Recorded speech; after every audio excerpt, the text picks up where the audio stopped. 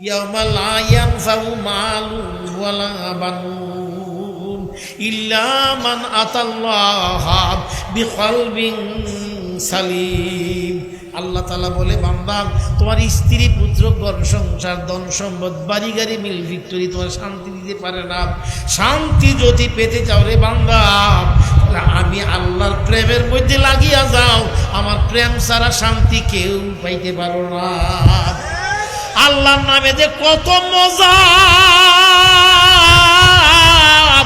আল্লাহ ডাকের মধ্যে কত স্বাদ, সব লোকে তো বুঝে না। যারা গহীন রজনীতে ঘুম থেকে জাগিয়া মাবুদের প্রেমের মধ্যে পড়িয়া একটু সময় জিকির আজকার করিয়া আল্লাহকে ডাকেন, ওই লোকটার জানতে পারবেন আল্লাহ তাআলার জিকিরের মধ্যে কত বড় মজা। যার মধ্যে জিকির নাই, জিকির করলে ভালো লাগে না, সবথেকে হালকায় জিকির হয়, কত মনে আস্তে আস্তে বাগিয়া যায়। জিকিরের নামটা শুনলে ওর মনে কোনো শান্তি নাই। অনেক দল মানুষকে জিকির করতেই যেন মনে চায়, জিকির করলে বন্ধুর সঙ্গে প্রেমের সম্পর্ক খারাপ হইয়া যায়। ও ভাইরা, বলতেছিলাম আল্লাহর পয়গাম্বর মুসা কালিমুল্লাহ কথাবার্তা মাবুদের সঙ্গে বলা করার পরক্ষণে মুসা পয়গাম্বর জিজ্ঞাসা করে বলে, মাবুদ গো, আপনার কতগুলো হাইওয়ান জানোয়ার হরিণেরা পাহাড়ের নিচের মধ্যে দাঁড়ানো আছে। আল্লাহ তারা একটা প্রশ্ন আমার করছিল আপনার কাছে জানবার জন্য। সেই প্রশ্নটা হলো এই, আল্লাহ জমিনে বৃষ্টি কবে দিবেন জানার জন্য ওরা দাঁড়িয়ে রয়েছে। আমি এনতেন নামলেই তো ওরা আমার কাছে প্রশ্ন করবো কি আনছেন বুধু সংবাদ। আল্লাহ তাআলার কাছে মুসা পয়গম্বর বারবার বলার পর আল্লাহ তাআলা বলে, মুসা যাও ওদেরকে গিয়া বলে দাও 100 বছরের মধ্যে জমিনে বৃষ্টি হবে না। মুসা আসলাম কয়, এই দুঃসংবাদটা কেমনে গিয়া করব? একটা ভালোই তো আমি আস্তে আস্তে যাই, আমি গিয়া দেখবো হরিণগুলি সব গেছে গা। তা আমার এই দুঃসংবাদটা কম লাগে নাই। এই দুঃসংবাদটা কইলে আর কি লাভ হইব? অগমনে দুঃখ হয় না লাগবো। আস্তে আস্তে আসার পরে তাকে দেখে হরিণ ছিল কথা বলার সময় 5-7টা, আর হরিণ হয়েছে 50-60টা, ডাইকা সবারে লইছে আল্লাহর পয়গম্বর গেছে আল্লাহর সঙ্গে কথা বলার জন্য। জলদি করে আয়, দেখছেন কি শুভ সংবাদ নিয়ে। মুসা আসলাম নাইমা দেয় লোকজনের হরিণের কারি। মুসা আসলাম দেখে হরিণগুলা সমস্বরে খুশি হইয়া সালাম দিছে, আসসালামু আলাইকুম ইয়া মুসা কালিমুল্লাহ। মুসা আসলাম সালামের জবাব দেওয়ার পর করে হরিণগুলা জিজ্ঞাসা করে, গো আল্লাহর নবী, আমরা যে একটা মামলা দিছিলাম, মামলার ফয়সালা কি হয়েছে জানতে চাইছিলাম। মুসা পয়গম্বরকে, সংবাদ ভালো না, এরকম সংবাদ তোমাদের শোনানো যাবে না, সংবাদ শুনলে দুঃখ লাগবে তোমাদের মনের মধ্যে। হরিণগুলা বলে, হুজুর আমাদের কথা মাবুদের শুনছেনি, আমাদের কথাগুলা মাবুদের শুনে বুঝা জবাব দিছেনি। বলে, তোদের কথা বলছিলাম, আল্লাহ খুশি হইয়েই জবাব দিছে, তোদের জবাবটা তোদের মনোভূত হবে না বিদায় বলতে চাই না। হরিণগুলা বলে, হুজুর আপনার জবানের দ্বারা সংবাদটা শোনান, আল্লাহ তাআলা কি কথাগুলো আমাদের কাছে বলছে। মুসা আসলাম বলে, হরিণ রে, আল্লাহ তাআলা জানাই দিছে 100 বছরের মধ্যে জমিনে বৃষ্টি হবে না। হরিণগুলা শুনিয়া সবগুলা হরিণ সমস্যার উচ্চ আওয়াজ দিয়া জোরে সোরে সবাই বলতে লাগছে আলহামদুলিল্লাহ। এরকম শব্দ আলহামদুলিল্লাহ বলার মধ্যখান দিয়া মুসা পয়গম্বর বলতে যে তোরা হাইওয়ান, আসলেই তো তোরা হাইওয়ান না হইলে বৃষ্টি জমিনে হবে না, তারপরে কেন কথা আলহামদুলিল্লাহ? হরিণগুলা জবাব দেয়, এগো আল্লাহর পয়গম্বর, জবাব দিলাম আলহামদুলিল্লাহ বললাম এই কারণে আমাদের মতো কম দামের জানোয়ারের নামটা যে আল্লাহর কাছে বলার পরে আল্লাহ শুনছে, এমন মাবুদের কোনোদিন বুঝতে পারবো না। লা ইন শাকারতুম লাযিদান্নাকুম ওয়ালা ইন কাফারতুম ইন্না আযাবি লাশাদীদ। আল্লাহ তাআলার পক্ষে দরবার শুকরিয়া আদায় করার পর তাকাইয়ে দেখতেছেন রহমতের বৃষ্টি চতুর্দিকে ঝাপড়িয়ে নামতেছে। মুসা পয়গম্বর ডাক দেওয়া বলে, আল্লাহ আপনি বলছেন বৃষ্টি হবে না, এখন দিয়ে এই মুহূর্তে বৃষ্টি নেমে গেল, আমি ওদের কাছে ছোট হয়ে গেলাম। আল্লাহ তাআলা ডাক দেওয়া বলে, মুসা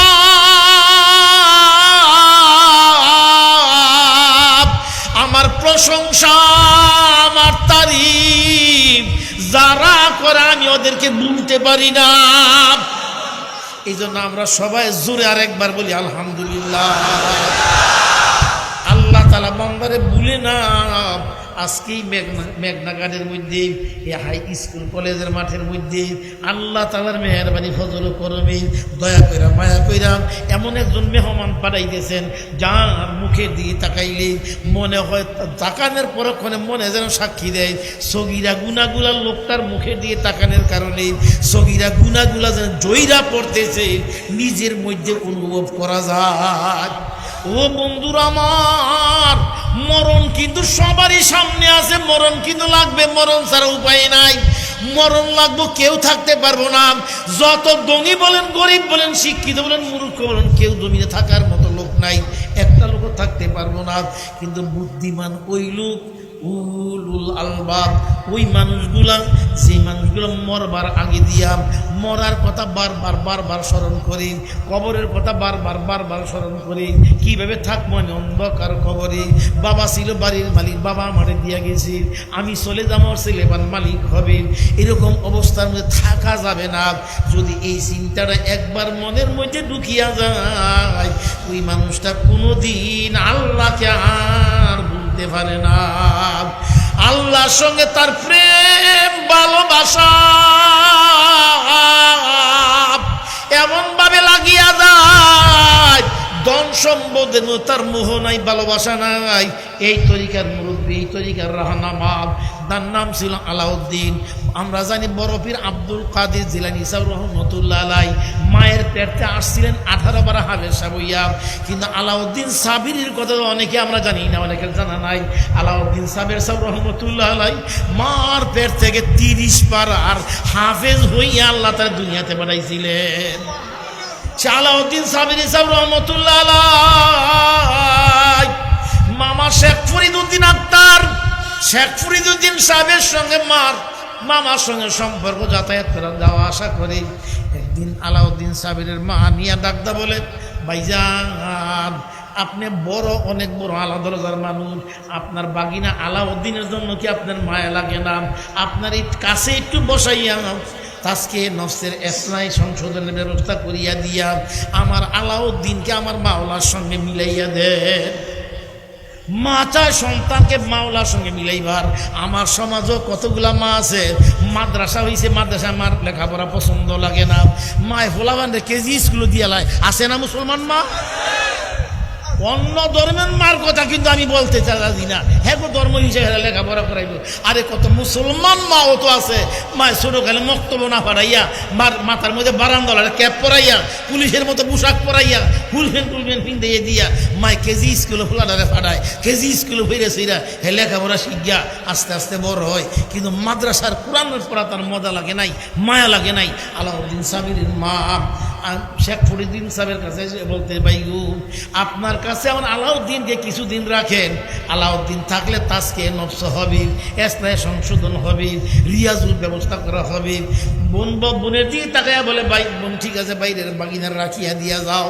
বাগিনার রাখিয়া দিয়া মামা ডাকদা বলে, বাগিনা তোর মামার এই স্টেজ তুই দেখশন করে রাখবি, তোর একটা দায়িত্ব দিলাম রে বাগিনা, তুই মেহমান খানা, যত মেহমান আসবো মেহমান খানা দিয়ে, বাবুরচি খানা দিয়ে লক্ষ্য রাখবি, মেহমানদের খানা পিনা খাওয়াবি।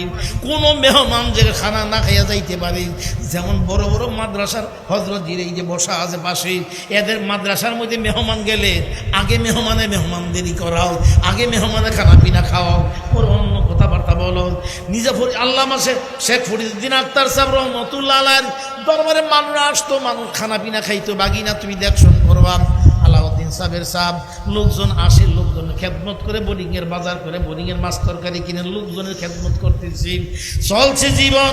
এরকম অবস্থায় 6 বছর পর হয়েছে, মা আসছে ছেলেকে দেখবার। আসিয়া তাকাইয়া দেখেন আলাউদ্দিন তো আলাউদ্দিন নাই, আলাউদ্দিন শুকাইয়া কঙ্কাল হয়ে গেছে, গায়ের মধ্যে গোস্ত নাই, সব যেন হাড় দেখা যায়। মা ছেলের দিয়ে তাকাইয়া চিৎকার দিয়া ডাকতে বলে, তোমার কাছে আমার ছেলেকে দিয়ে গেছিলাম মানুষের মতো মানুষ বানাইবার জন্য, কিন্তু আমার আলাউদ্দিনের গায়ের মধ্যে কোনো গোস্ত বলতে দেখি শুকাইয়া কঙ্কাল হয়ে গেছে। তুমি কি আমার আলাউদ্দিনের খোঁজ খবর লও নাই? শেখ ফরিদ জিজ্ঞাসা বলে বলল, আমি তো বাগিনার খোঁজ খবর লওয়ার চিন্তা মনে করি নাই, যেহেতু ওর দায়িত্ব দিয়েছিলাম খানা পিনা করানোর জন্য লোকজনের। এখন মামা জিজ্ঞাসা করে, বাগিনা তুমি খানা পিনা খাও নাই? বলে না মামা খানা খাই নাই। তাহলে তুমি কিভাবে রইছ? বলে মামা আল্লাহ পাকের জিকির যে বড় খানা, আল্লাহ পাকের জিকির খাইয়া রইছিলাম, আমার খিদা পিয়াস দরকার মনে করি নাই। ফরিদউদ্দিন আক্তার বলে, বাজার খানার জন্য আবার দ্বিতীয় এজাজত দেওয়ার লাগবে আমি জানি নাই, আমার কাছে জিজ্ঞাসা করলি না কেন, কারণ কি বল? আলাউদ্দিন সাহেবের জবাব দেয়, মামা আমি এত বেলাজ না, আমি খানার জন্য আমার মামার কাছে বিরক্ত করব। যে মুহূর্তটা আমি বিরক্ত করবো আমার মামারে, এই মুহূর্তে আমি আমার মাওলার একটু জিকির করলে আমার মাওলা খুশি হইয়া যাবে। মন ডাকদা বলে, ভাই আমার আলাউদ্দিনকে নিয়ে যাবো আমি বাড়িতে। তুমি যাওয়ার আগে দেখা ছোট্ট আবদার তোমার কাছে আমার। বলে কি বল? বলে তোমার মেয়ে ফজিলারে আমার ছেলের সঙ্গে বিবাহ দিয়া দিবা, ফজিলাকে আমি বউ বানাইয়া আমার পুত্রবধূ বাড়িতে নিয়ে যাব। নিজামুদ্দিন আউলিয়া সাহেব বলতেছেন, বন্ধু তোমার ছেলে বিবাহ করার মতো যে এনার্জি, বিবাহ করার যে প্রেম প্রীতি ভালোবাসা, তোমার ছেলে আলাউদ্দিনের মধ্যে এগুলা নাই। আলাউদ্দিন একমাত্র আল্লাহ ছাড়া আর কিছু বুঝে না। বোন বলে, ভাই বুঝছি আমি গরিব বিদায় তুমি আমার ছেলের কাছে মেয়ে বিবাহ দিবা না। বোনের আবদারের দিকে তাকাইয়া ছেলেকে বিবাহ করে দিলেন। রাত্রবেলা গোপন ঘরের মধ্যে স্বামী স্ত্রী দিলেন। বাসর করে যাইয়া রাত্র আলাউদ্দিন তো মাবুদের প্রেমের মধ্যে পইরা কামতেছে। ফাইনা মাতু